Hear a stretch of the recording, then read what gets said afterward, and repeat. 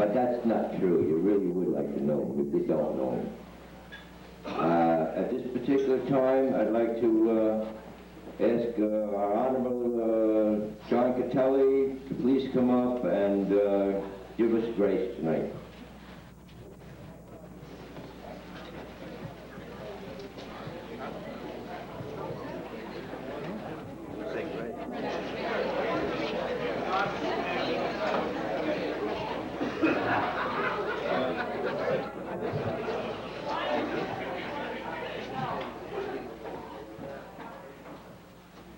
Blessed, O Lord, for these thy gifts, which we are about to receive. From thy bounty, through Christ our Lord. Amen. Thank you, John. We're going to be served very shortly, so sit down, enjoy yourself, and raise hell.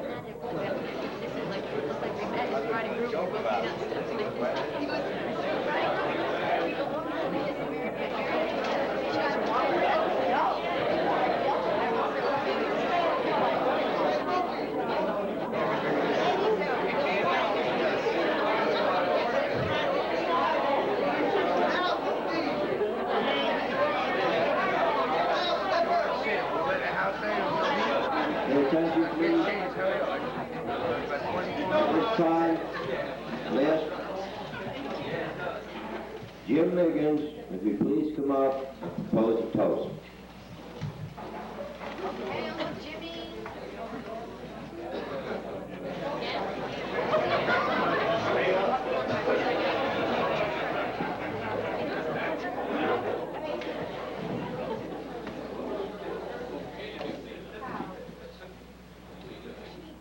Peacemaking is not one of my best things, but there ain't too many words I could put on paper and say. We all know why we're here. I'd like to propose a toast to Red Eye. Here, here!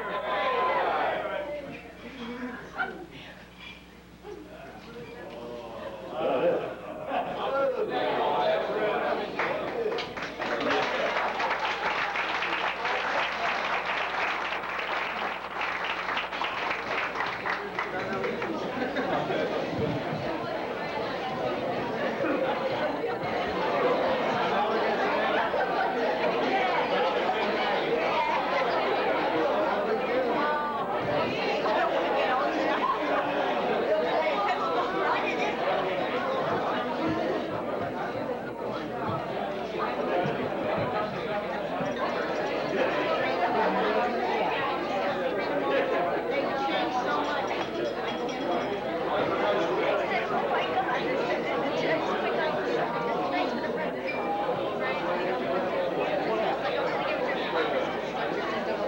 Special announcement. The beer is over there in the corner. Help yourself. Hey! Got that straightened out a little bit.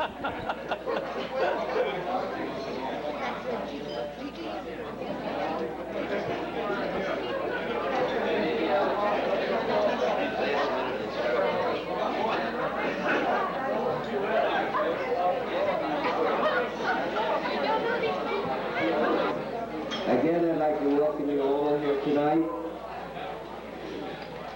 And at this particular time, we are honoring a very good friend of ours, Mr. Bill Red Eye Miggins, better known as Mr. Ruby Rodden.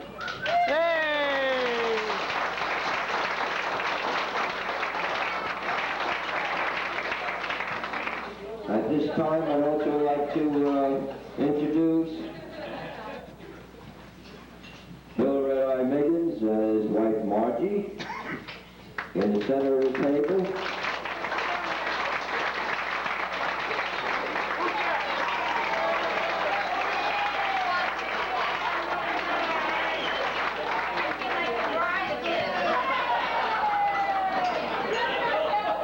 And to the right of Margie, Mrs. Miggins, better known as Mama.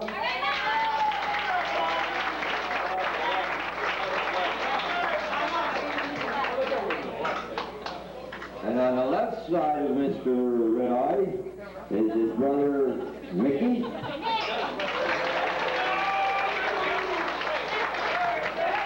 And his best friend Gigi.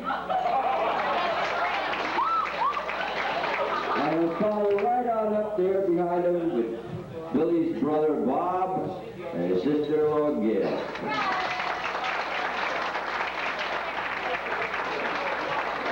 Coming back to the right-hand side of the table, Bill's brother Jackie Miggins.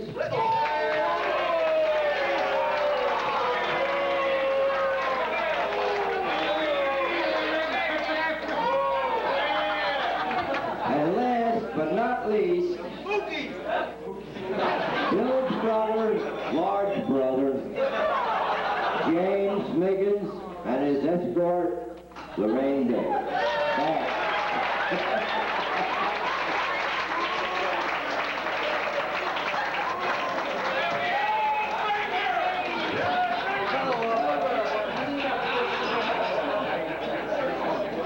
I think we got that straightened out, right?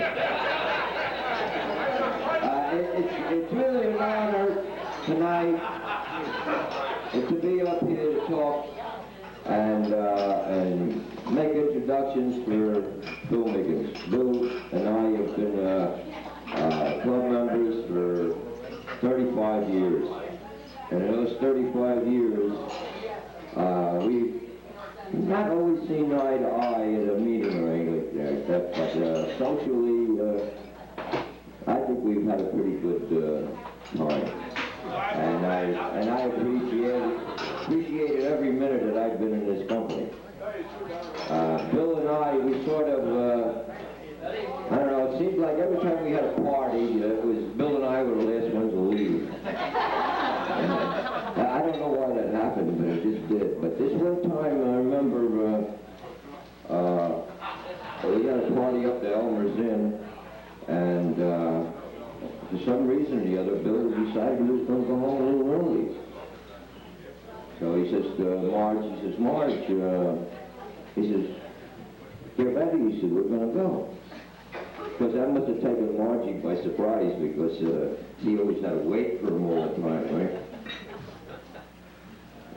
Anyway, he kept nudging her and saying, Marge, come on. You know? And she said, wait a minute, I'm just talking with my girlfriends here. You know? And after a while, Billy said, well, he said, Marge, he said, I'm going out and warm up the car. This is in the middle of the winter, about this time, you know. And so she said, all right. She says, I'll be right out, right? And Marge kept going, yuck, yuck, you know. Well, finally Margie decided, well, the car's warmed up, I'm going out, and she goes outside, and a couple minutes later she comes in, and she says, my God, she says, he left me.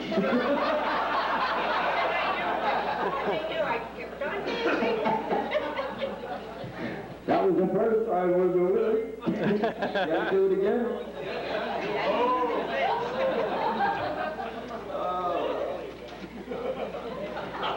I remember that one well, but I think somebody else would probably like to say a few words. Walt Sutton, would you please come up and say hello? Certainly would.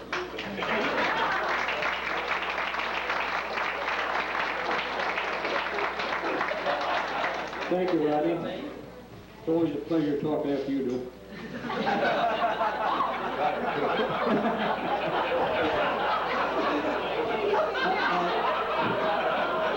I'll tell you,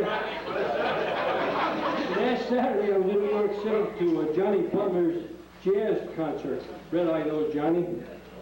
And an Irish singer down there, gentleman Jim Corbett, said that he wanted to come to your testimonial. He wanted to see the famous Red Eye, who made a video singing tape with the famous Glenn Curtin. We gonna play that tonight? However, Peter McKernan scared him off. Peter said, be careful of what you say about Red Eye, as I think his brother is a sumo wrestler.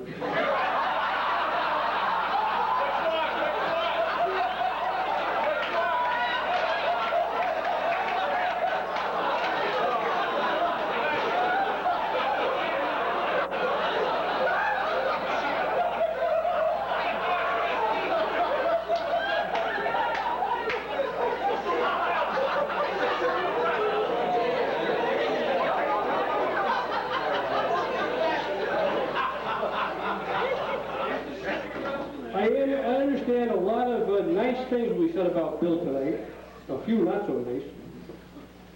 I plan on talking about the serious part of your life, Bill, your school years. I went over my notes with Margie, and she made a few comments. She went to school with him? I don't fully understand what she meant by these comments, but I wrote them down as I felt she wanted me to mention them. Now, I first met Bill in high school. I was there when he talked to the guidance counselor. The conversation went like this. Now, William, guidance counselor talked like this. What are your goals? I don't have any. Well, what do you like to do? I like to play baseball. I like to ride my bike. I like to work on bicycles and fix them. I like working on my father's car. I like to tease girls. Get them mad. I like squirrel hunting. I like to cut off a piece of tail for my collection.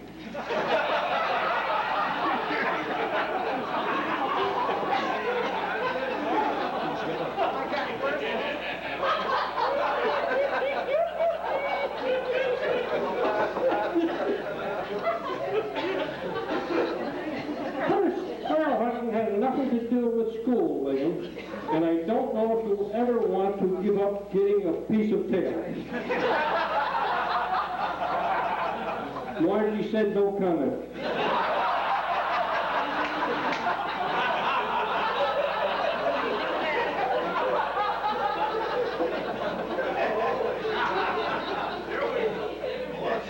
About your teasing girls, someday your attitude will change, and you will like girls, and you will probably get married, and you will give up a lot of things you like to do, and go out of your way to make her happy.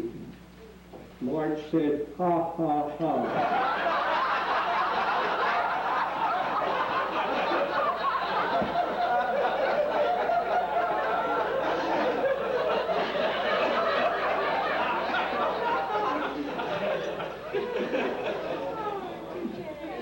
Well, William, I think a vocational field would be fine for you.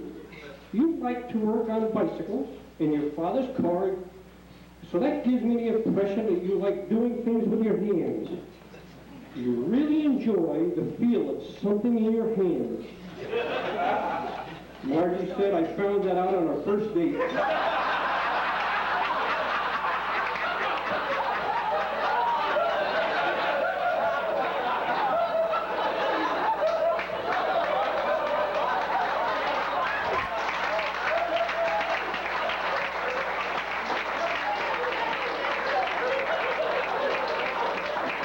Bill, that's not wasting time at all.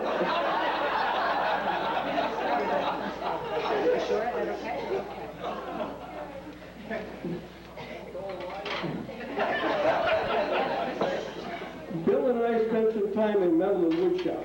They had all kinds of fancy tools and equipment there, like power saws, grinders, metal bending equipment, drill presses, air-powered screw guns, and so forth. One time after Bill finished the project of making a metal chest, the metal had to be cut, bent, drilled, and screwed. The shop teacher asked Bill what he liked best about the project. Bill said screwing. Margie said that hasn't changed.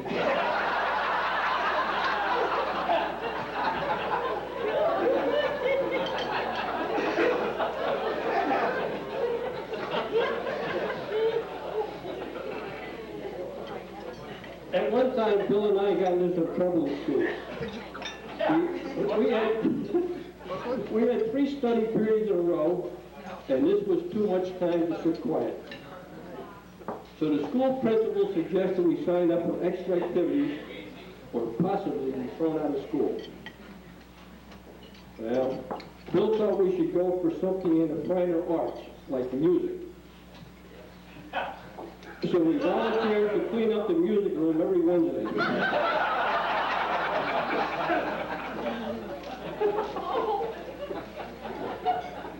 but it's true. The next thing we signed up for was a home economics course, cooking class, with all the grades. It was a good class.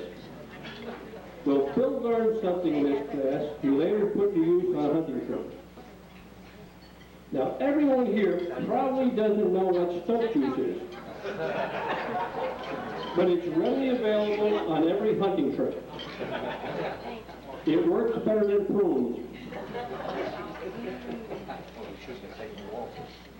It is made from 1 part pineapple grapefruit juice and 1 part vodka. The mix can vary according to the conditions of the mixer. Tommy Sutton believes it is the best weapon for controlling deer ticks.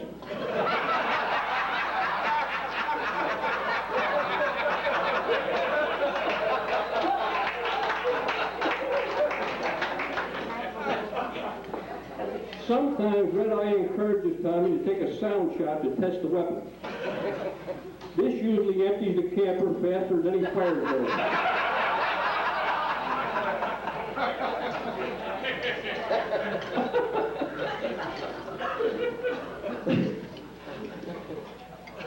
Bill says when you have to relieve yourself, he didn't say relieve, you should pick out a heavily traveled tick trail. Once they step into this, they're dead.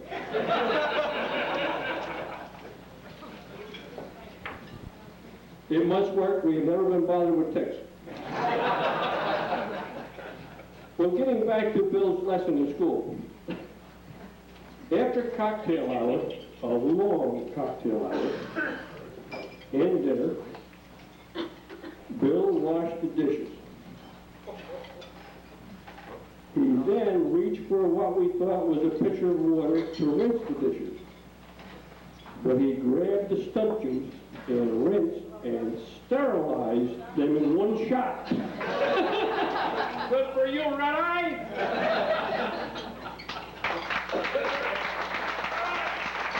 Thank you, Matt. We'll take a little break now, so everybody can sit down and eat, and we'll be back shortly. Thank you.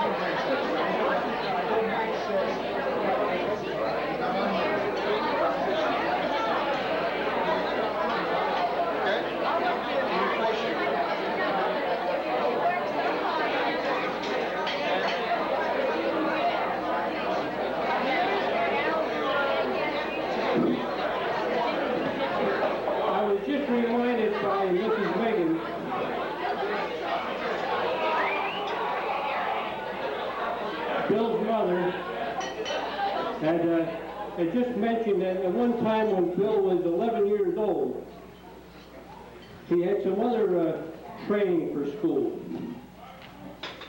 He was scheduled to do some piano lessons.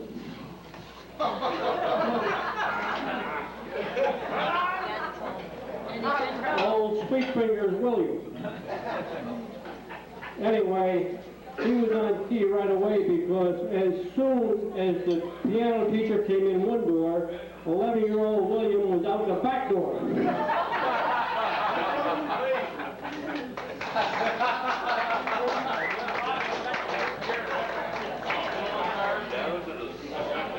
Hey, Tom, be good. So what are you going to play? Stay there for a while. Roger. Is it other way?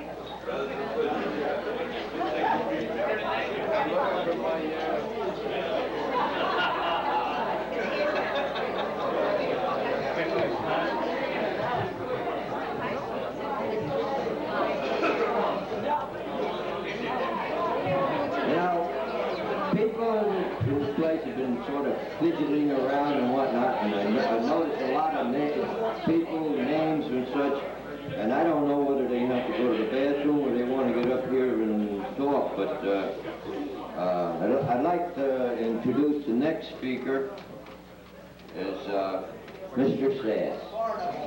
Hey!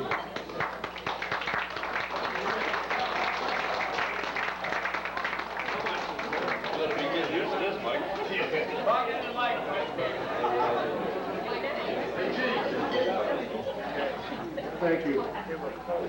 For those of you who don't know me, my name is Mike Sass, and I'm here sort of representing my late father, Frank, who worked with Bill for many, many years at IBM. And I know if he was alive today, he'd be right in the middle of this thing with something good for him anyway. Just like to say that Bill, growing up over the last 35 years on 100th Street, you were your name came up on our many dinner conversations at our house. There's a couple of stories in particular that stick in my mind. It's funny what you remember about someone. I mean, somebody mentions Bill Miggins to me, I think of good time, party, laugh, you know, his patented laugh, no one laughs like Bill Miggins. As a matter of fact, I don't know how many years ago, this is maybe Margie can help me on this, but there was a party in my cellar one time. Margie's leg was broken. You ever broken a leg maybe 20 years ago? I don't know. It's been a while ago. At least that. And so that made me, well, I'm not that old. But some of these stories may not relate to a lot of you people, but I just talked to Bill here. That was the first time I heard this joke about he told the joke in the cellar about the man who had trouble keeping an erection. And the joke was sort of like this, but of course you got to picture Bill telling this and laughing all the way through the punchline because I couldn't do it. The joke on something like, did you hear the one about the guy having a little trouble keeping an erection? And he went to the doctor, and the doctor says, well, we can fix that. We just have a little operation. We can just put different testicles in your sack. He said, no problem, So the guy said, okay, well, we'll go ahead and do that. So they operate on the guy. They operate, they take his, I guess I can say balls. they take his balls out, So the nurse is walking down the hall with the balls, and the ball, she falls, and the balls go down the bed, and she says, oh shit, what am I going to do? So she runs down to the kitchen, and she gets these two little onion balls and puts them back in the jar. Well, I'm sure you've all heard the joke before, but anyway. She goes back to the operating room, the doctor takes the onion balls out of the jar, puts them in the guy's sack, throws them out, boom. About 3 weeks later, he sees the doctor on the street. He says, hey doc, how you doing? No, how are you doing? He says, good. How you been since the operation? Well, everything seems to be working fine, just a couple small complaints. So no, doctor, what's that? So well, he says, first of all, he says, every time I take a leak, my eyes water. He said, secondly, every time I make love to my wife, she gets heartburn. And third, every time I see a hamburger, I get a heart on it.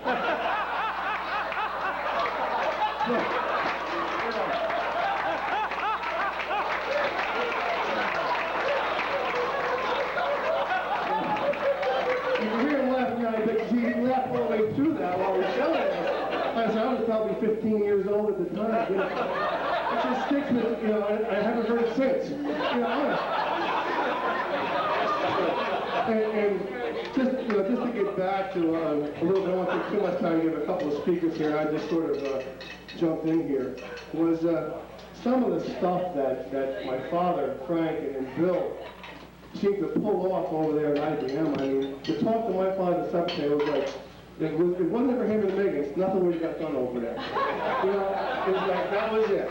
And IBM had the nerve to send them away on a trip one time, all right? And they were supposed to write a report. So what did they write a report on? These two guys, they wrote on toilet paper. Turn into their ball. So that was the last trip I think they went on. I don't think they went anymore.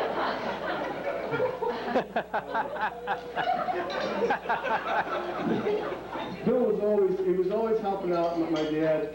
Again, I can't keep saying enough how he was the topic of many a dinner conversation. It was like, you sat down and it was like, well, Mike, what you doing in school tonight? Again, what's you doing in school today? Blah, blah. And we go, well, what did you and Miggins do today? Whose balls did you bust today? I just got one other classic story that I have to tell. Other than the one about, the one real quick short one was one of the kids. I can imagine what stories Bill told his family about us. I was telling us stories about his family, right? So he got a bottle of Canadian Club or something from his mom. And the kids were walking out of the house. I think they just live around the corner from each other, right? You used to. I don't know what to do. Anyway, the kids, of course, grabbed their presents, we're gonna go home. I don't know if it was Johnny or Billy or one of them. But they dropped the bottle of liquor. Jesus Christ, they dropped the goddamn bottle of liquor. You know, that was like the whole thing was it. They dropped about $1 million. Give the body, give the ball.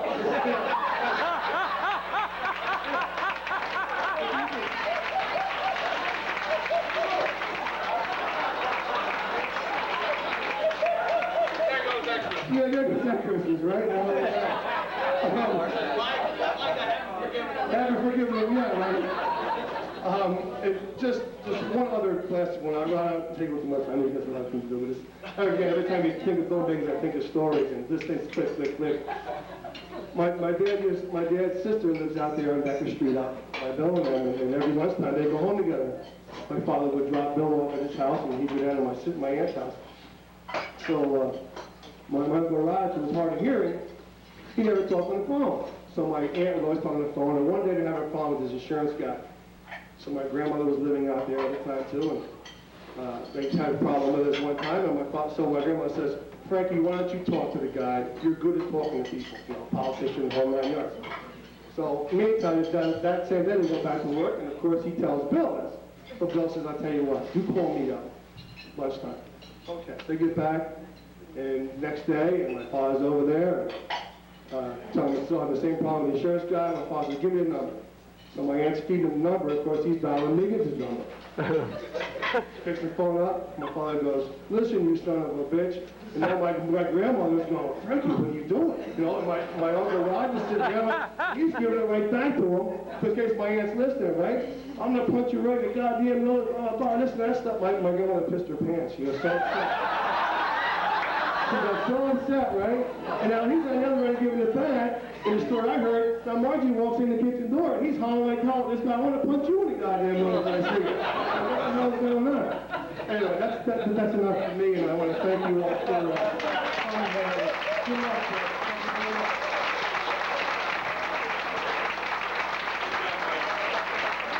Thank you, Mike.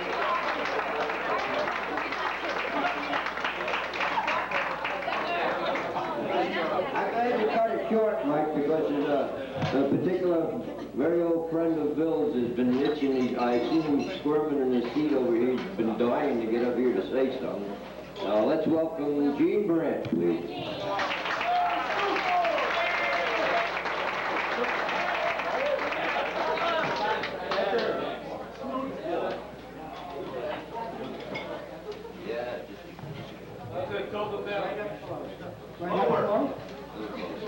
Little closer, Ron. Well, I think everybody knows that a cat has 9 lives. I don't know if Bill Miggins has got 9 lives, but I can account for 4. It seems like in the spring of 1943, Bill and his brother Bob was walking home from St. Joseph Parochial School, good boys. And there were 3 wise little kids out there by Walter Marie's store in a pile of stones. And they wanted to kill this Miggins kid.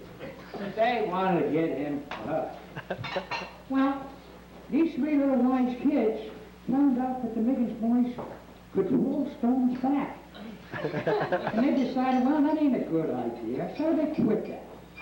Now, later on, about 1948, some of these little wise kids went down to the Miggins' house, and he says, Bill, come on, take a ride in my new car, a 1930 Whippet.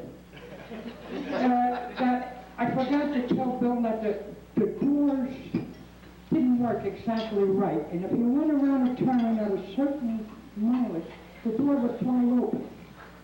So we come around there by Ventura Highway, right by the laundromat, and Bill's on the outside. And I come around at the right amount, no, the wise little kid, not me. Come around the corner there, and Bill went out, and God was with him, and the door come back, and Bill's still sitting there. Hey, boy, God must be with this guy. So sometime again around in 1950, Bill decided to join Elmer's shuffleboard. And this met a guy, the wise little kid again, figured, well, I'll get him now. Go drown this bastard.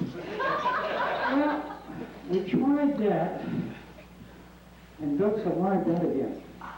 We drank and we drank. I said, geez, I read the Bible a little bit, and I tried to stone the guy. That didn't work. Tried fire accident, that didn't work.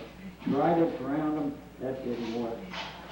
So sometime around in 57, 58, I guess it was, Margie says, Bill, I'm going down the city.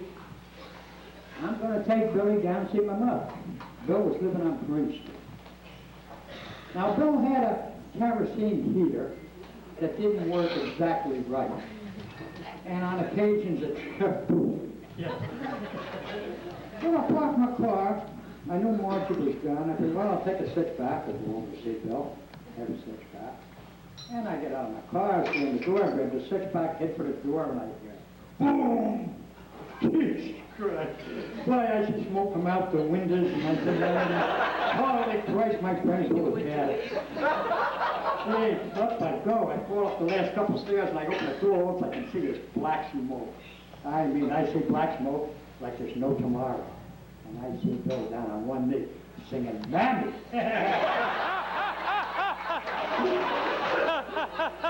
That's all I know.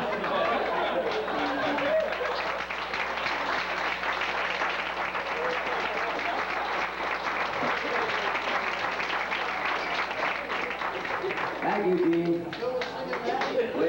At this particular point in time, we're going to take a little tiny break, and we're asking Mr. Bill Miggins, Red Eye, to please step forward up towards the cake area. And Margie, you can accompany them.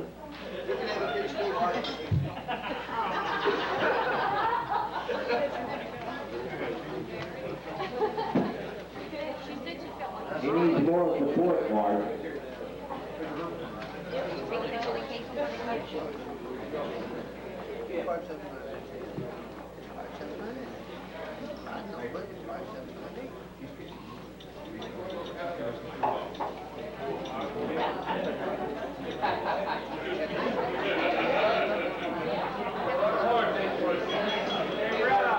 Hey, Sutton, are you going to appreciate this? No, you are. Expect the first cut. Cut the red eye. All right, cut the red eye. Don't forget to give your pride a piece.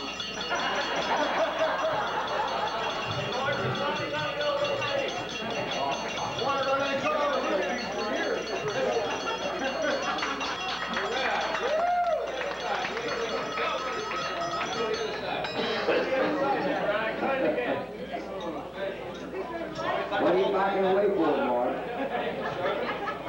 Give Mark a piece. How you feeling, okay? Let us give you a little.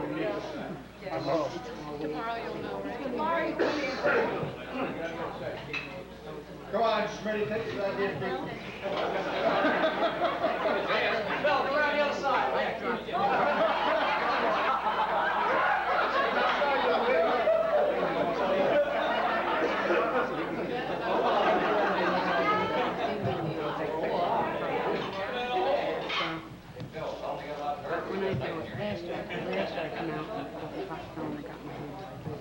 That's okay, you have to shoot it. Did you notice that finesse he's got there with the... Hold that economics. Oh, the cherry old Bill cuts the cake. Hey, Marge, you ever go through something like this before? That's Margie's seat,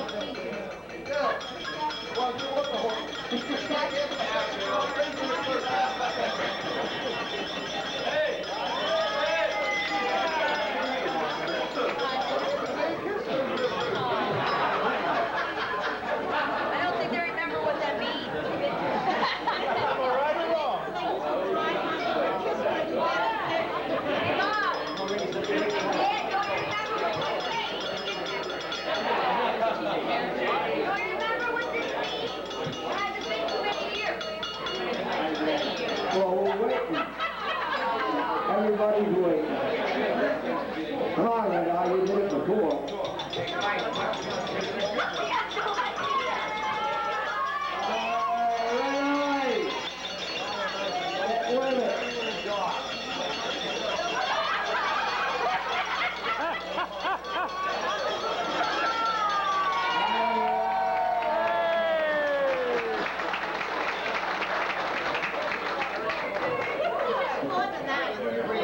Next speaker we have tonight is Teddy Benson. Where's Mr. Ted Benson?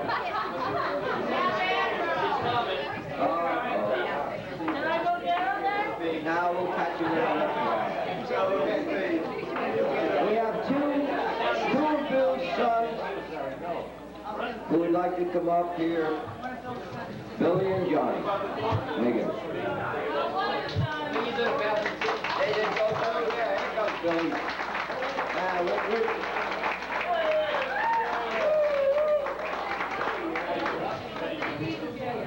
Teddy's here, Teddy's here.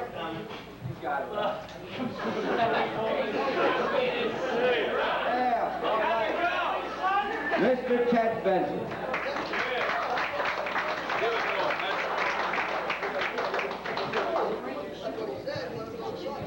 I make you do it, Ted.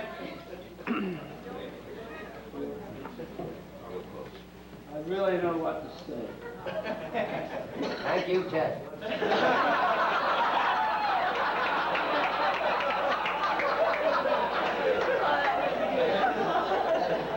I probably know Billy longer than anybody here tonight.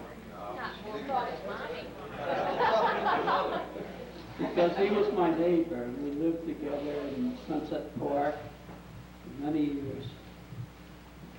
And I really don't know what to say. I'm not a speaker. But I know I love Billy and his whole family.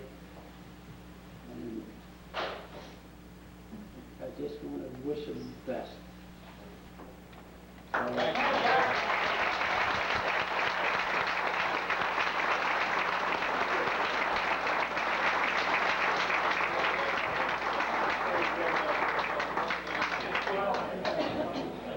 Thank you, Ted.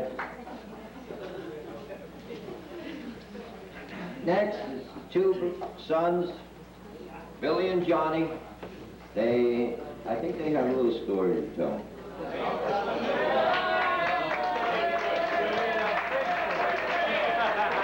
Hey, Bill, don't forget this is your own boss. Oh.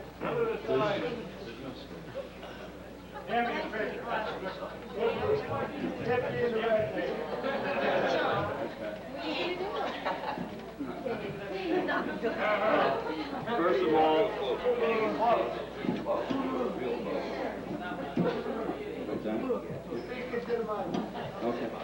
First of all, I'd like to thank everyone who came here tonight.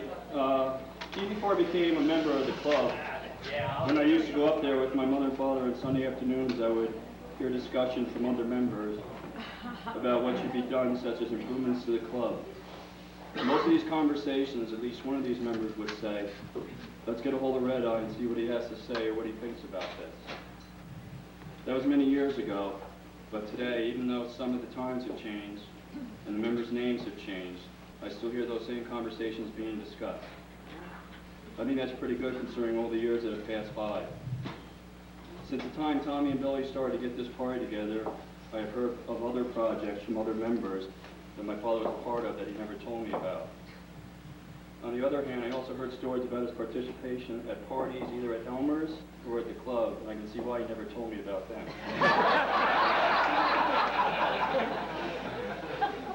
I know over the years, since I became a junior member at the age of 14, my father's taught me the do's and don'ts of acting trustworthy and responsible to the other adults and members of the club, and what it takes to do a good job when elected to an office position.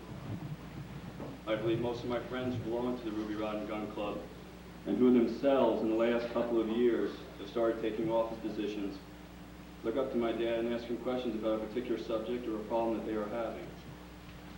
The work parties Red Eye has been in charge of, or the ones he just came to work at, are too innumerable to count. I've seen so many times him taking on the dirtiest job, one that no one wants any other part of, or when he just stopped up for a beer or two, even though it never ended up that way.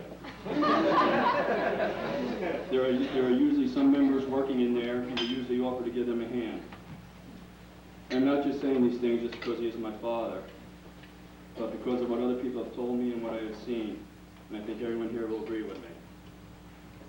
I am just so glad that we are having this party for him, and again, I'd like to thank the committee for putting this on, and for all his good friends who took the time to come out for this. My father at times can be the life of the party, from outrageous women costumes to just being the MC at a dinner dance. But he is also the lifeline of the club, inside and out. Thanks, Red Eye, for all these years, the past, present, and future. Thank you.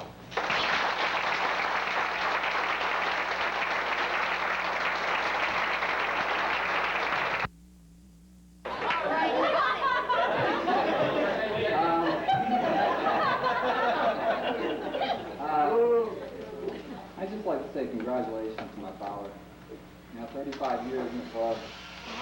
He's done a real good job to put something like this, Tommy Bennett and Billy Sutton asked me to say a few words. And yesterday during break at work, I figured I'd try and think of something to write down. The break kind of lasted about an 8-hour shift or so. So I wrote this little poem down. Maybe you'll enjoy it. It's kind of like a history of the club with Red Eye involved in it.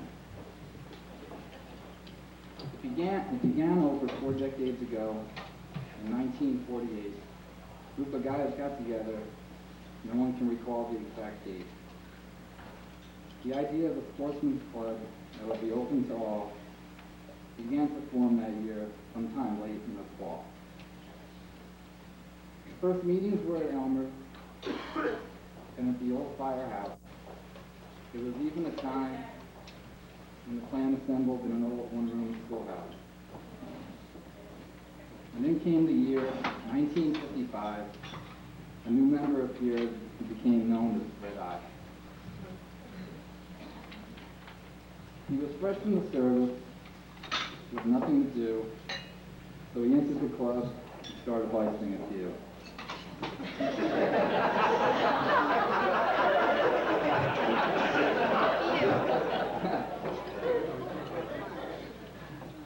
He married Marge in '56, and Bill Jr. arrived the next year.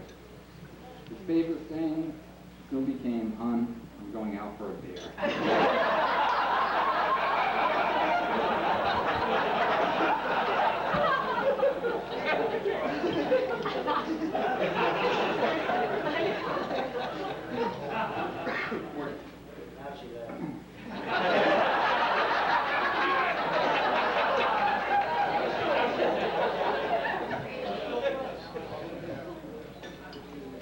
Three more kids came in the '60s.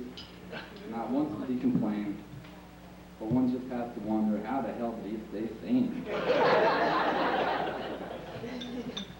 An energetic man was he, who often did the work of two. He helped to build the clubhouse back in '61 and '2. Red Eye's pals, they're really worth the tale. He knew a sailor named Sinbad, and is still friends with a whale.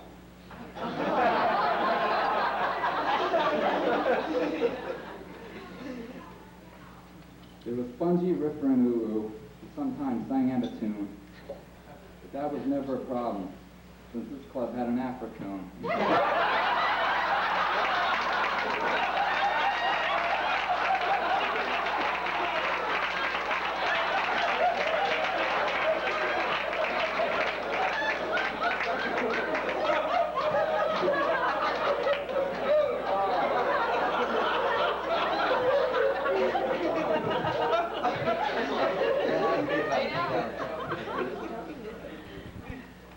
four-time president was Red Eye. Job he did quite well. He's also done a bit of drinking. Some days it felt like hell. Other offices he's held include Director and MVP.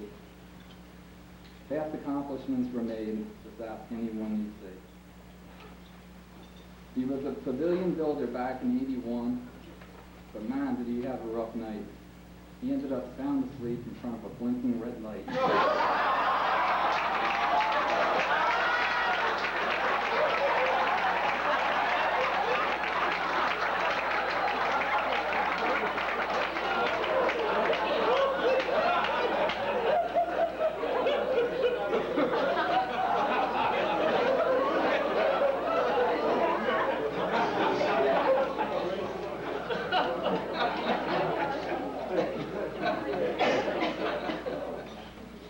Now the 80s are gone and the new decade's gone. But you can still hear old Red Eye singing his favorite songs. And so from those tables down at Elmer's to that place where all tunes dwell, this night is for old Red Eye, an award he deserves so well. Thank you.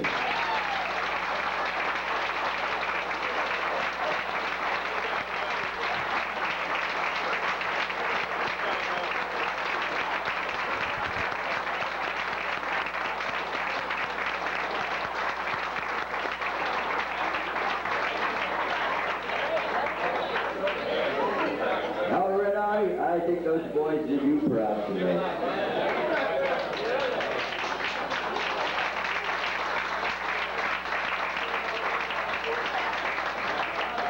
At this time, I'd like to introduce last year's president of Ruby Rod and Gun Club, Vince Riley.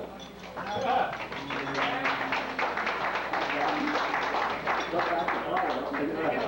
on, Riley. Stand close to you. Can't hear you. Can you hear me now? Well, you know, I don't know.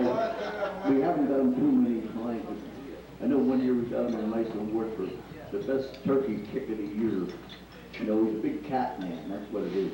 The cat seemed to ate his turkey one year. You know, he was going to make soup out of the carcass, and the cat got a hold of it and threw it away. Ripped it off on what happened. So he got a little mad. He booted it across over and put the whale in the water.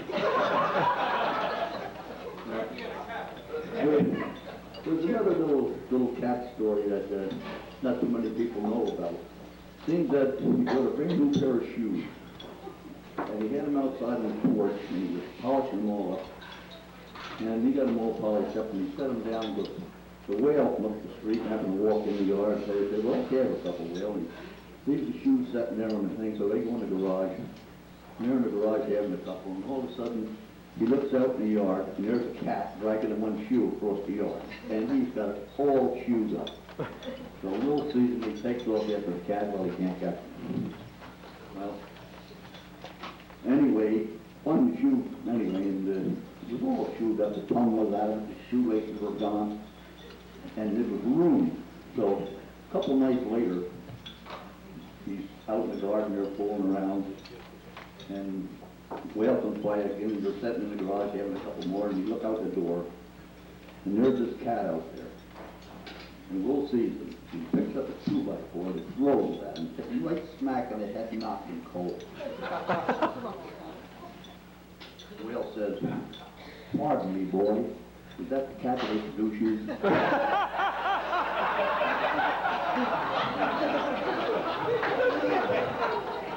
That's all I got.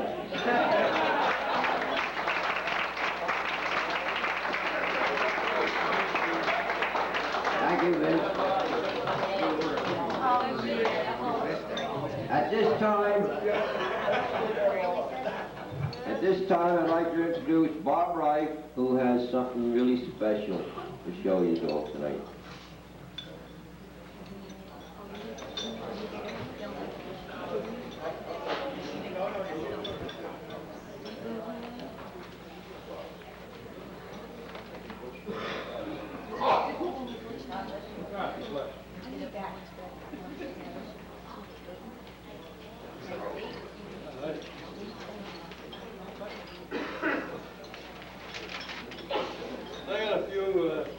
today.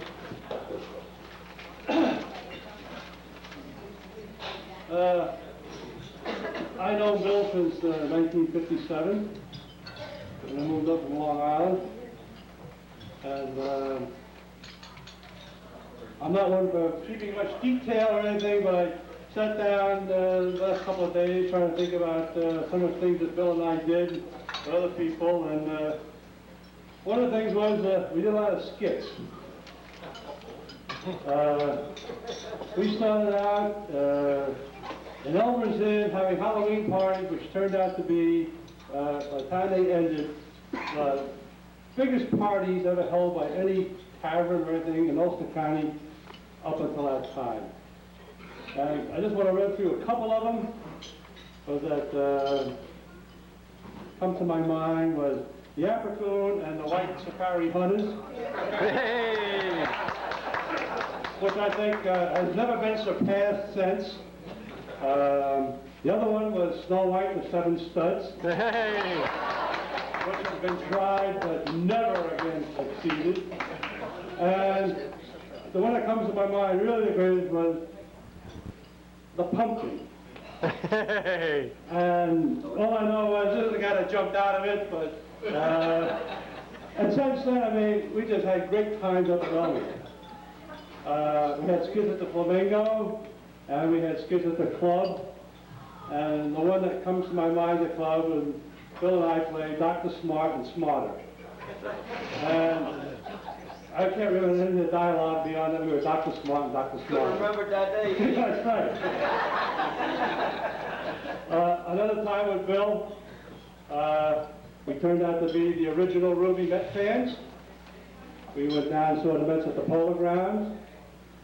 We were the first ones in the parking lot, tailgating. We were the last ones to leave the parking lot because everybody wanted to go home. And on the way home, his dad was with us, and there was a guy in a Rolls Royce who did not have a cigarette lighter that worked. And he kept pointing to his cigarette. Bobby Felton was driving. And finally we found out the guy wanted to smoke. So we pulled over, gave the guy a light, and Bill's dad said, gee, a Rolls Royce, I never saw one in my life. You know, where you guys going? Then we're going to exit 19. The guy said to Bill's dad, jump in. He drove Bill's dad all the way up the thruway to exit 19, went right up to the club. I don't remember if he came to the club or not, but I think he was glad to get rid of us because we were tailgating.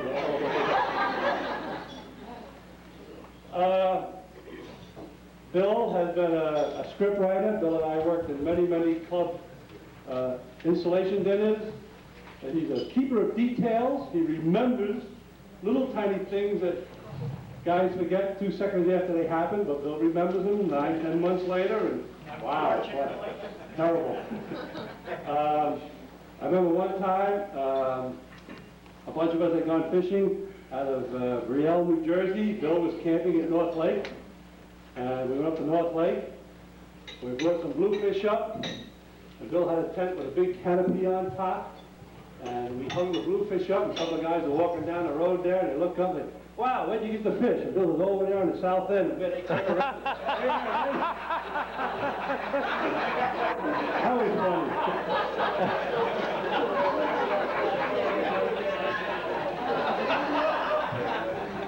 I mean, North Lake fish, you know. Another thing was, I found out later on, Bill served on the USS Bayfield when he was in the Navy. I was in the Marines, and I was on the USS Bayfield. I really don't know if we really coincided our times together. I don't think we really got what it was. I know I was on the Bayfield, but the way the Bayfield was, I know Bill Miggins was on it with his brother. That's when you learned to swim, was it? No. That was when they called out for PFC Rye, report to mess duty, and they said, it's you. I said, no, my name's Wright, R-Y-F. And they called PFC Rye. So I did the whole trip, didn't do no mess duty. The Navy guy didn't do mess duty, you know that. Another time with Bill, I got a new car in 1964. Still got it, don't you? You know what I'm driving now? Bill had an English setter, old brown and white job, and we were hunting down his voices. And somebody fired a shot, and Bill's dog ran up to the side of my car and oh, I remember that real great. Also, Bill was responsible for working on the club song. And him and I did a lot. That we did the 4th of July. We used to do a big job at K-Time Field for 4th of July until some of these junior chambers conference got tired of us. I thought it was just a good time. And they wanted everybody to buy their own beer. I got one thing though, I don't know if it's a true story. I think it's a true story, but I think it's turned into a legend. I talked to a couple of guys at the club tonight, this afternoon, and some heard of it, some had heard it from far out, but I really want to know. I don't know where the party was, but I know there was a party up in Ruby, and Bill and Marge left, and they're going down Old Kings Highway, it was foggy. And somebody told me that Bill told Marge, get out in front, and I'll follow you. I'm putting that down as a legend. I mean, he can say yes and no. I mean, it's going to live forever. But all I can remember is, I can just picture Margie walking down Kings Highway, and Bill behind her in the car, but people heard, but they can't verify it, so I'm going to leave it go at that. It's the truth. It's true? I got something for Bill. In 1962, we started to build our club, and there were a lot of guys that really were involved. We were up there all the time. Teddy Sheffel, Patty McNamara, Noel, myself, Bill, and other guys. Some are here, some aren't. And I drew this little cartoon, and they asked me to pick out one particular person out of the cartoon. Bill happened to be the treasurer. So I got a picture of the... How do you like it, Bill? Very good. Very good. Oh, that's all it did for me? What do you want? Lift it up. You can hang this in your bathroom, your living room. Over your bed. Over your bed. But this is the Red Eye when he was the treasurer of the club, is the Ruby Coon. Let's sing it. Yep.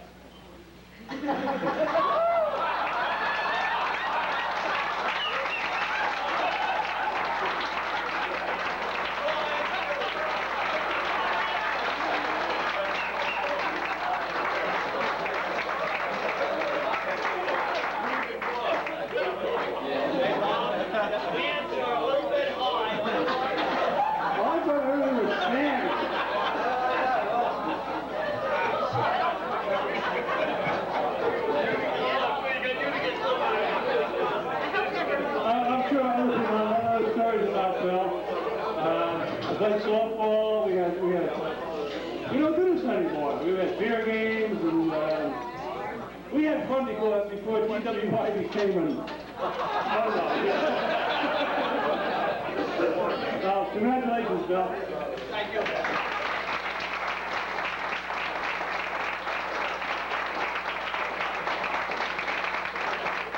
Thank you, Bob. I'd like to add a little bit to Bob's story about that ball game down there with the Rolls Royce. And as we were riding up the road that particular day, Bob stopped and said, gee, he said, that Rolls Royce just passed us. And Bill's father says, that ain't no Rolls Royce. He says, that's a Buick. Right? And we were all arguing. We said, no, Bill, that's a Rolls Royce. So finally he decided it was a Rolls Royce, and he said, gee, he said, you know, I've always wanted to ride in a Rolls Royce. And of course, at the time now, the guy didn't have a cigarette lighter working, so we pulled the guy over on the side of the road and talking to him. And Billy says, gee, he says, you know, my father, he says, he always wanted to ride in a Rolls Royce. So the guy says, come on, he says, I'm going over to Kingston, so he finally gets his father into the car. And off they go, right? Now we pass him on the road, and here's Bill's father. He's got his arm over the seat like that, you know, and he sees us go by and he goes, well, after that, you know, we called him Sir William. Well, the following year, we went to the ball game again. And as we're passing Newburgh, the Stewart Field area there, right? This big plane goes right across the highway. And old Bill says, gee, he says, I've always wanted to. Forget about it, he says, forget about it.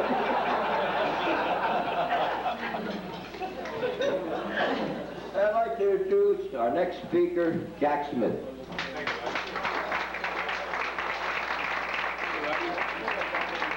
Red Eye, it's a hard act to follow here, I'll tell you. I was asked by Bill and Tom to pull up something here on you. I dug around, and I hope this is I would say, the luck of the Irish, because I know the situation. I understand that one night you're up to the Ruby Rod and Gun Club, and you got on to hours, I don't know, probably like 4 or 5 o'clock in the morning. Whether you fell asleep, Bill, or what, had a few beers. I think what the saying was I went out for a few, or went out for a couple anyway. Anyway, we get home very safely, okay, and you coast in the driveway, turn the key off the ignition. You get out of the car, quietly you shut your door. You get in the house, take your shoes off. You tiptoe upstairs, and then in the hallway, you start to undress. Okay? And there, you kind of sneak in the bedroom, and Marge says to you, she wakes up and she says, Bill, do you know what time it is? And you say, God damn it, Marge, I know how to tell time, go back to sleep.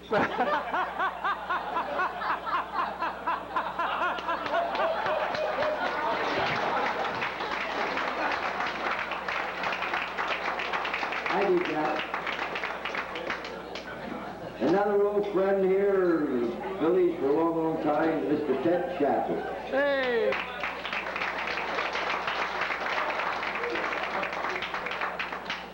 Hi, Bill. How you doing there, I know Bill for quite a few years. Yeah, I guess. About 30, I think. Yeah. I'll tell you a couple hunting stories about it. Well, in the restaurant. And had a little place they right up in Gouldsville or Downsville. And went in there one day, him and the Will, I think it was. And they were hungry. The girl behind the bar, she was kind of big lady. And they said, what do you got to eat? And she said, well, she's got hamburgers and hot dogs.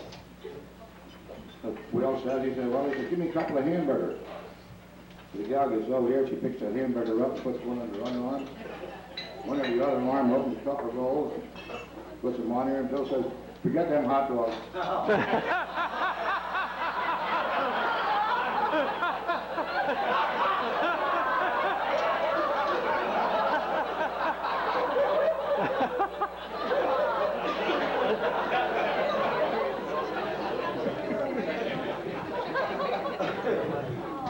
Then there was another time, we were all hunting around Ruby's.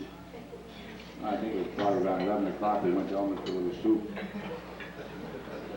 Bill ordered a roast beef sandwich. And Elmer set the sandwich in front of him, and Bill felt the air, and in the bathroom he went. And I was sitting right alongside, and that sandwich looked good. When Bill came out of the bathroom, there was 2 little crusts on the plate. You should have heard him then. Good luck, Bill.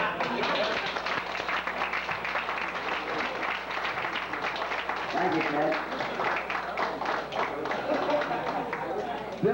Bill's brother Bob, better known as Dirks, would like to come up here and he'd like to say a few words.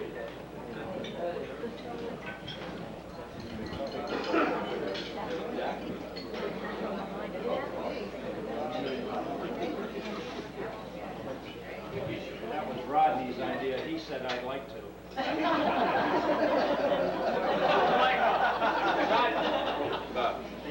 Right.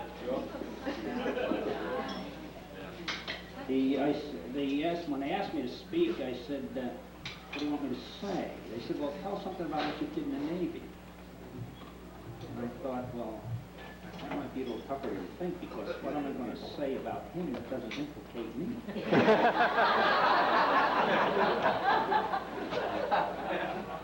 We were in boot camp in the Great Lakes in 1951, and part of the naval training, you had to know how to swim.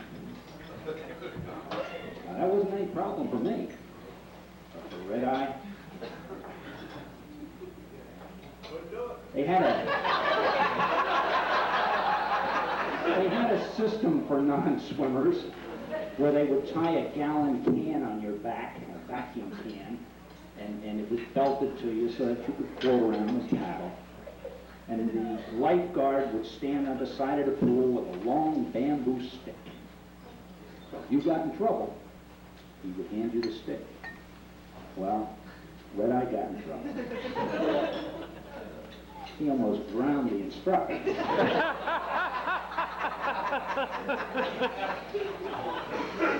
So you don't get a graduation certificate from boot camp.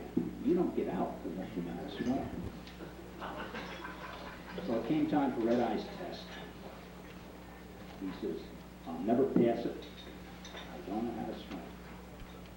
That's no problem. Give me your ID card.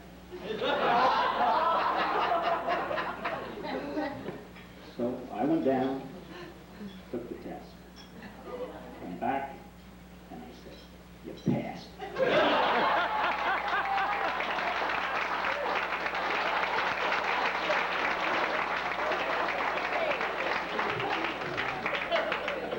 He says, I did? I said, yes, you did. I said, now you got to promise me one thing. He says, sure. I said, if we ever go to sea, you'll never take the life jacket off. I want to tell you, he's a man of his word.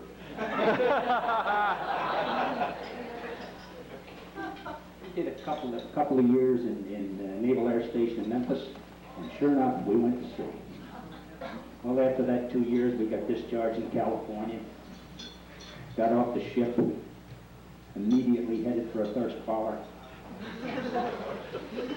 sitting down, having a couple cold ones.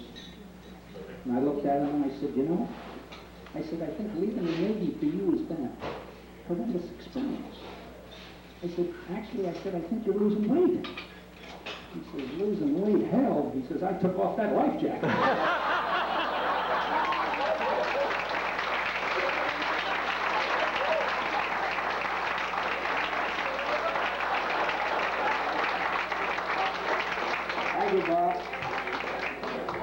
An old, long-time friend, Ted Fiber.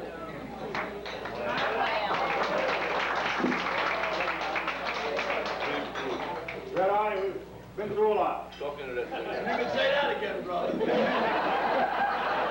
it. I want to go say a couple things. I don't want to be That's enough. You got your life story. I've known Bill for probably 35 years. Or more. I used to see him sitting in St. Joseph's Church across the way. We were the only little guys that high. But we weren't friendly at the time. We knew each other to sleep. I passed on the street. Anyhow, a couple things. I remember Gene Brandt mentioned he had 9 lives with cats, and he had about 4 of them. You got a couple more I know of.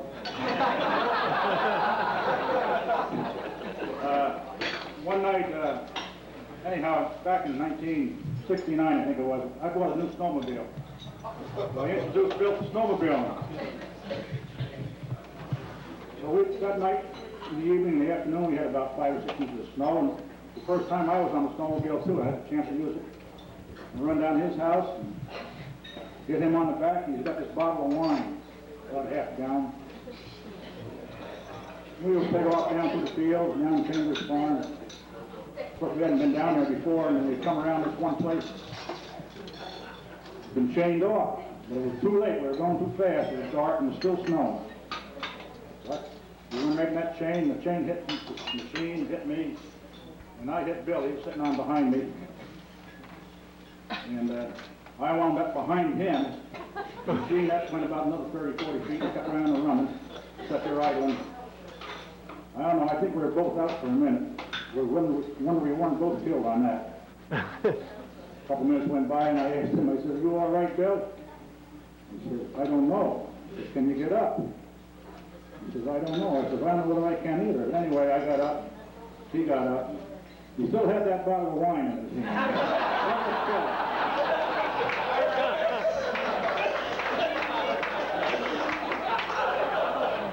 I'll tell you, we took some shot on that.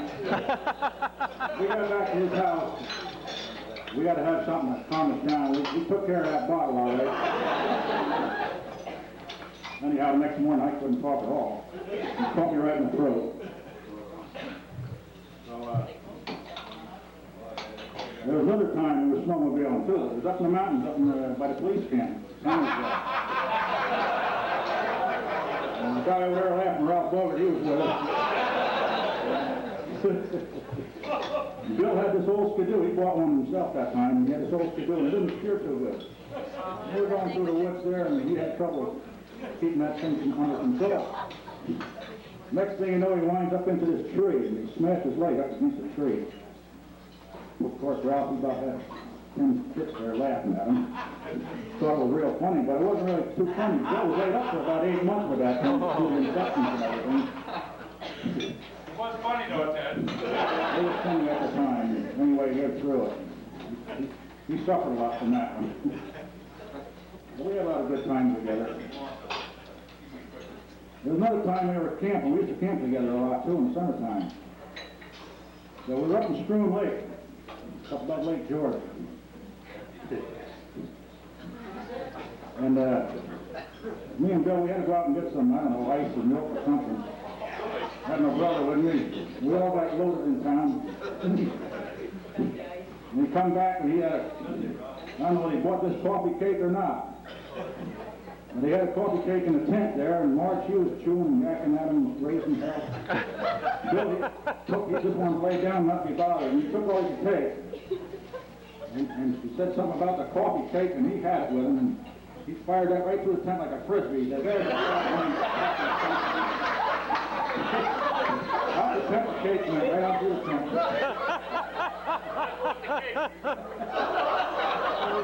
So anyhow, we had a lot of good times together.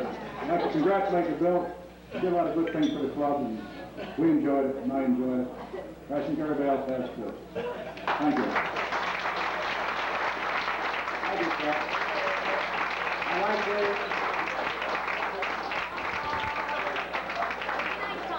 I'd like to introduce tonight the chairman of this testimonial for Billy and his co-chairman, Billy Sutton and Tommy Bennett.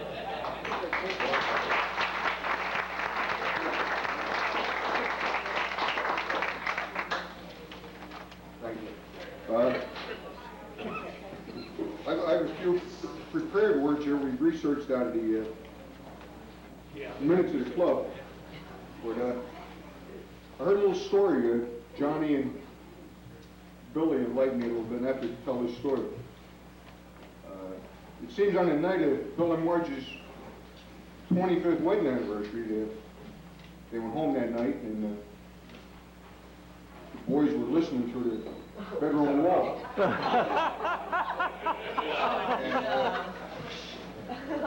And Marge said, "Bill, what would you like tonight, dear?" Bill says, "Well," she said, "we've been married for 25 years." He says, "I think it's about time we tried some of this oral sex."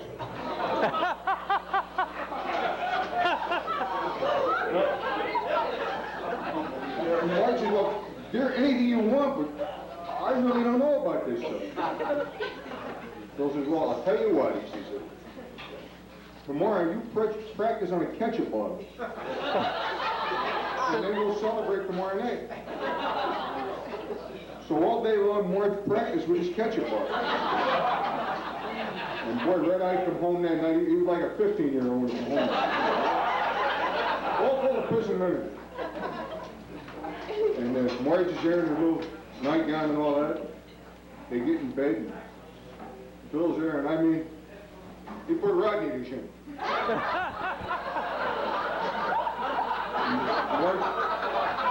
Marge looks at him, and her eyes bulge out a little bit. She shakes her head, and she reaches down, and she grabs him. So gently, she grabs a hold of Bill, and she looks at it, and she goes,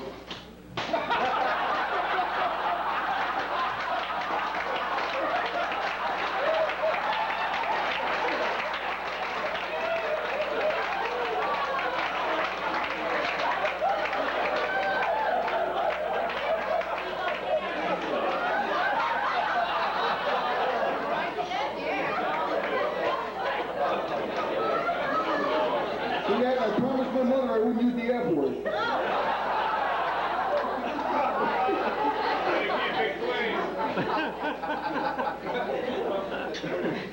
Well, but back to the prepared text, and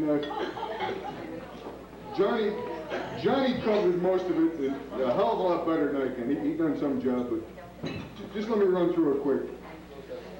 Bill joined the club on May 5th, 1955, and he's held an elected office for 25 to 35 years. He's been a member. He was president for 4 years, 1967 and 8, and 1985 and 86. Vice president, 6 years, secretary 3 years, treasurer for 4 years, and director for 8 years. During 1957, 58, and 59, Bill chaired the committees that got the club incorporated, purchased the clubhouse property from Alice and Percy Gaddis, and purchased our Woodlot property. During 61 and 62, with Bill's inspiration and leadership, along with Bob Felton, Ted Schutzel, and others, the clubhouse was erected. In 72, Bill was named an outstanding member by the membership, and in 1976, he was honored with a life membership. In between and since, Bill has chaired numerous committees, including a plan bake, installation dinner, 200 club, whiskey raffle, dollar days, posting, bylaws, and served as bar steward. He was also the organizer of the horseshoe, softball, and shuffleboard teams throughout the years. Quite an accomplishment over the years, and I'd just like to say thank you very much.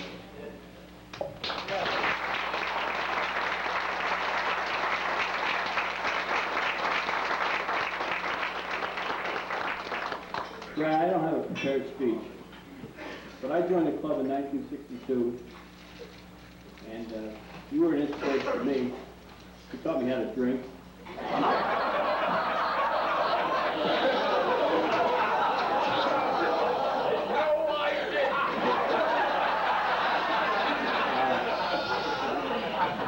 When I got married, me and my wife decided to go camping, and we knew nobody at camp, so we went with Bill Miggins and the Sponge and Teddy Pfeiffer. Taught me how to camp and drink. A few years later, I bought a snowmobile, and Bill had a snowmobile. He had a couple before me, and he taught me how to snowmobile and drink. Then I bought a rifle. I think I bought a rifle. I went hunting. We went hunting and we learned how to drink. But Bill was always, he organized the softball team at the gun club at Sawkill, the horseshoes, the shuffleboard. Bill was inspirational in everything that happened at the club. And I just want to thank him for being my friend and our friends that are here tonight. And for that, I want to have a little round of applause and have a little plaque I'd like to present you with. Something like that?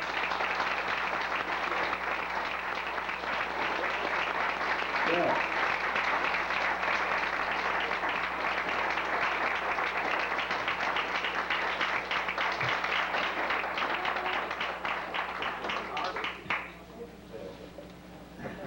The plaque reads, presented to William Red Eye Miggins, as a testimonial held in appreciation for his many years a faithful and dedicated service to the Roofer Riding Gun Club, January 13, 1990.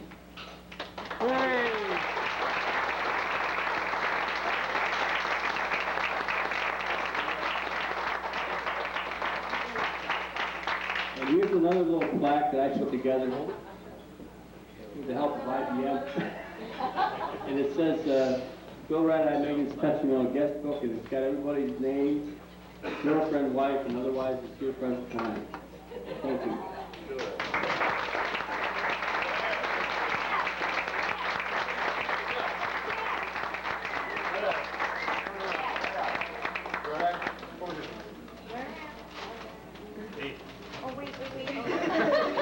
Hold the plaques up there. Tom? Lindbergher. Let's hear it for Red Eye.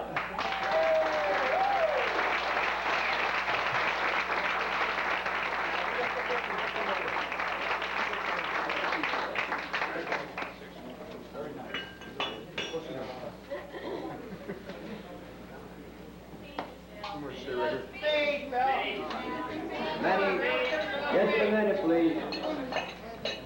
Many years ago, a bunch of us fellas were down at our old watering spot, Elmer's, and we came up and made a club song. I'd like to have Ted Pfeiffer, Ted Schatzel, Bill Sutton, Tommy Bennett, Jackie Miggins, Bob Wright, and Jim Douglas, please come up.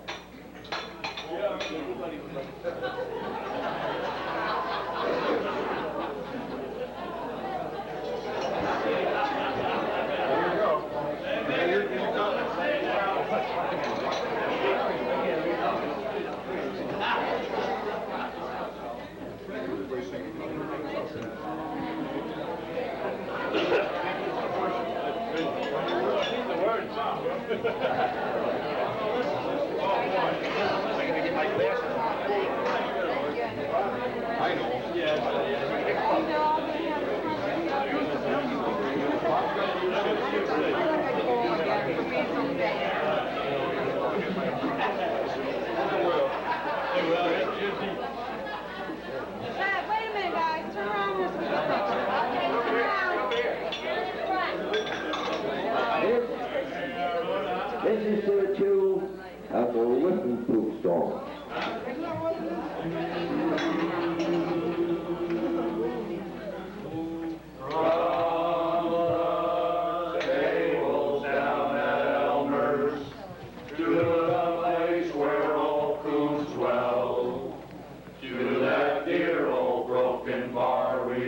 So well, see the Ruby Coons assembled with their glasses raised on high, and the magic of their drinking casts its spell.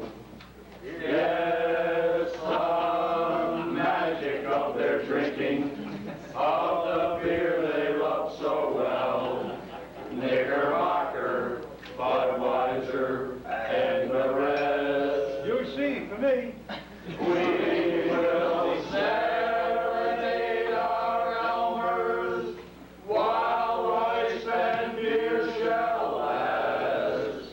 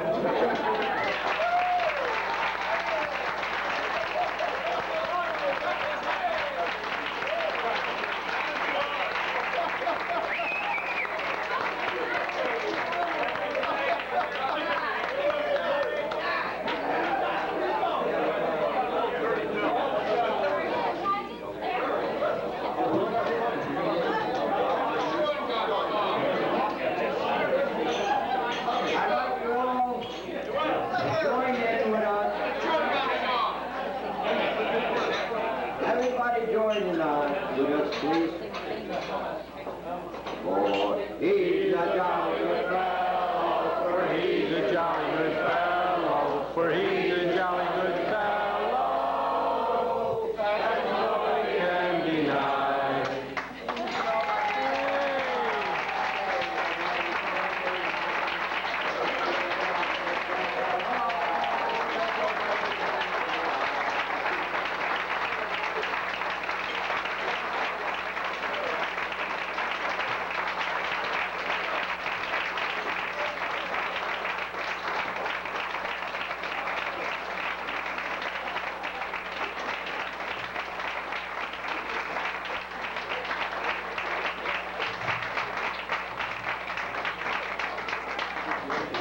Thank you, thank you.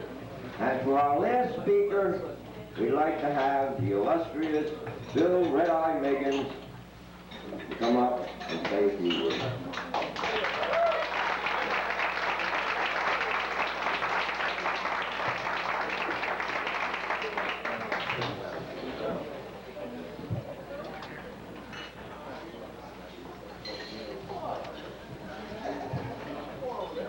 For one thing,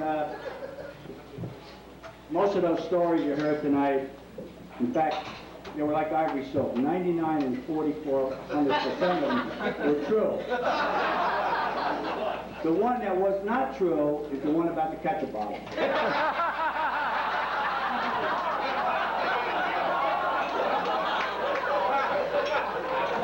That was a foul. Something's always got to stick one of them in there that just doesn't fit. That sure as hell sounded good, didn't it? Yeah, most of the time when I stand up here, it's at the installation dinner, and I've got everything all prepared, and I've studied it, I write it down, and it makes it kind of easy. Tonight it's not easy at all. For one thing, this is totally a complete 100% surprise to me. And when I say that, I mean it, because I had no indication whatsoever of this going on. It's supposed to be a birthday party for Betty Schetzel. And Bet, I want to wish you a happy birthday anyway.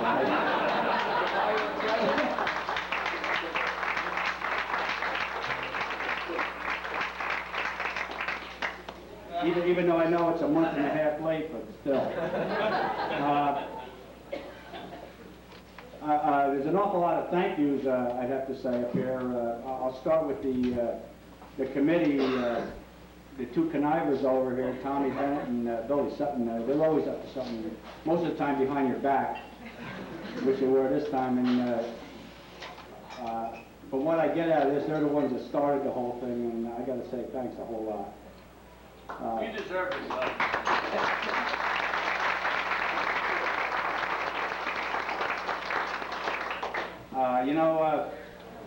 I have been in the organization a hell of a long time, but so have a bunch of other guys, and some of those deserve some of the same credits that I got tonight, if not just as much. But they picked on me tonight, so I'll accept it for what it is, and I appreciate it a lot, believe me. So thanks a lot to everybody.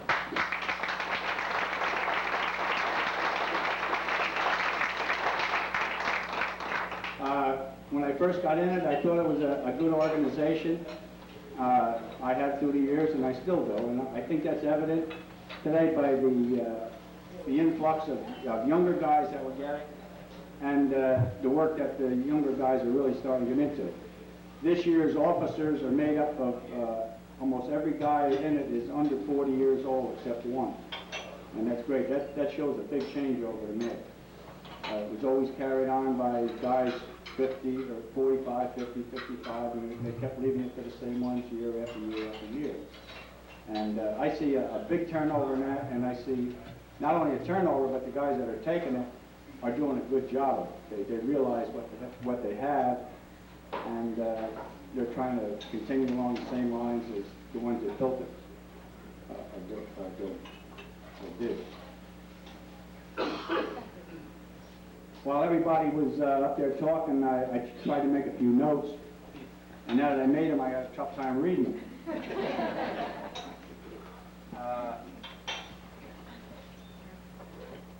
Bob Wright has always been an expert at making signs He made them for years. I remember the one he made when we went down to Shea Stadium. We had tickets for a long way ahead of time for a Dodger and Met game, and they won 8-0 the night before we went down on a Friday night. We sat at the club and all watched the game, and we made up this big, enormous banner on an old bed sheet. Dodgers or Mets win 8-0. They're hot. We put a flaming red bat on it. He did all this, and we went down there the next day, carrying our usual assortment of beer and everything, and they got slaughtered. Well, we made national TV that day. We carried the banner up and down the aisles, took 2 or 3 guys to carry the damn thing, and we did get on television with the banner anyway. So. And your mother saw you. Yeah. She wasn't proud of us either.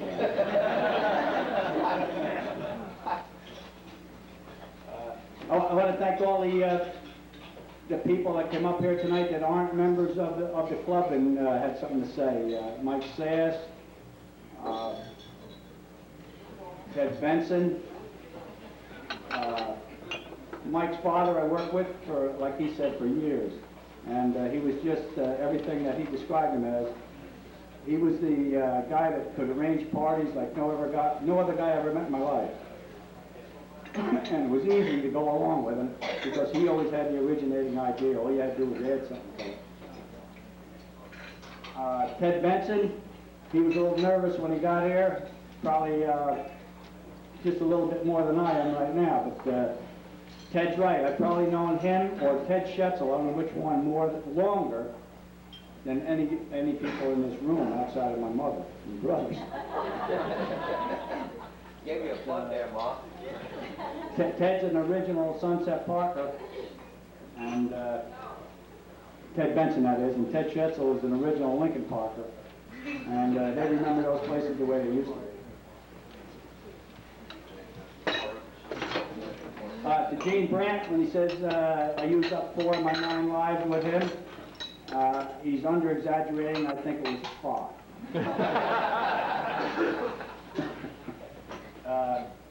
And to Ted Pfeiffer with the other 2 on the snowmobiles, he's not over-exaggerating one bit of it there.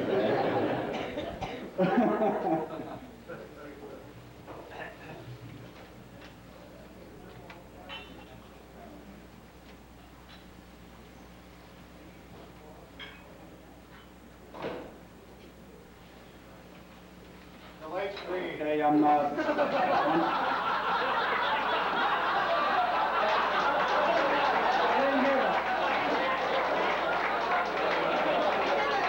didn't hear that. What was that?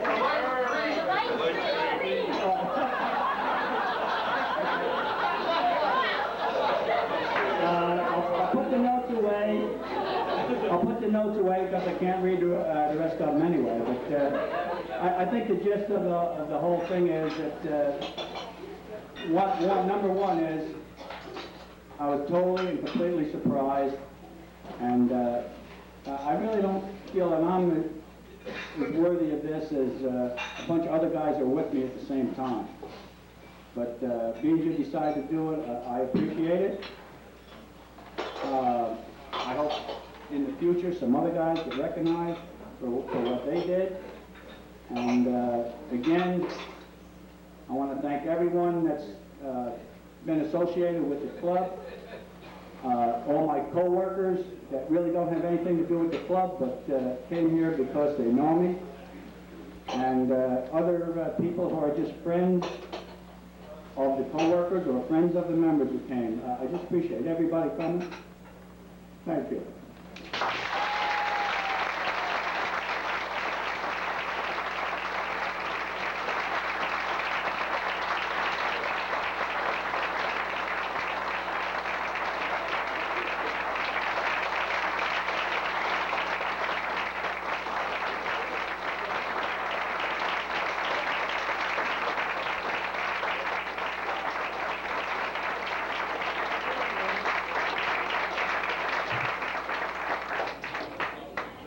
Beer is still good. On behalf of the chairman, the co-chairman, and the committee, and the Ruby Rod and Gun Club. I'd like to thank you all for coming today. I hope you enjoyed your meal, and I hope you enjoyed the music and whatever's left for tonight. Thank you.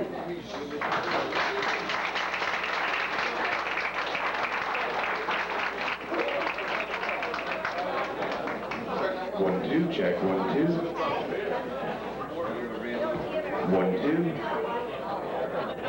Check, 1, 2.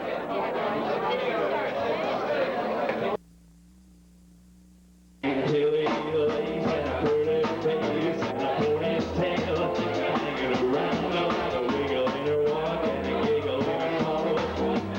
Makes the world go round, round, round. There ain't nothing in the world like a big-eyed girl that make me act so funny, make me spend my money. I feel real loose like a long goose, like oh, baby, that's what I like.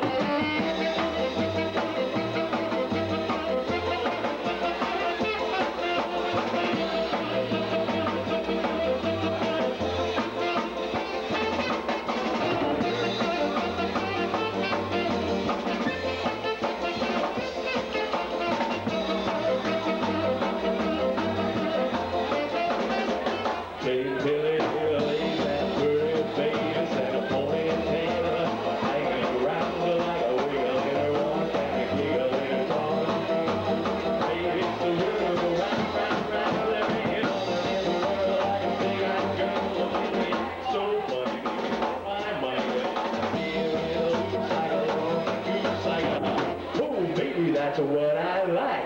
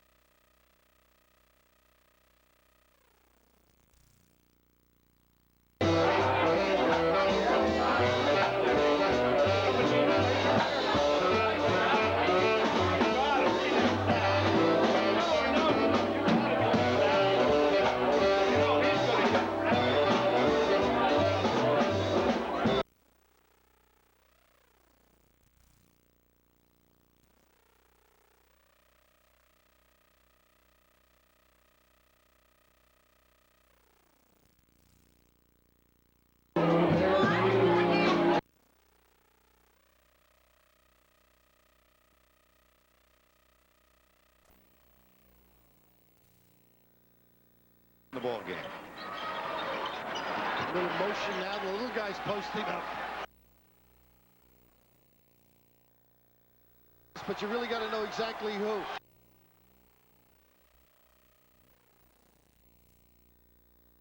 Let's talk chicken. Are you aware that the public prefers the taste of Kentucky Nuggets to your Chicken McNuggets by almost 3 to 1? No, sir. And is your McChicken sandwich made with the Colonel's secret blend of 11 herbs and spices? No, sir. So how do you expect to sell chicken? Toys! Lots of toys! Taste our best. $1.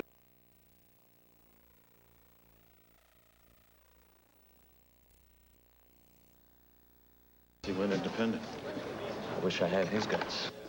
You won't have our bureaucracy. I'm having lots of fun. This proposal is impressive. Who are these guys, anyway? Greg's a creative guy. Clancy's just a bean counter.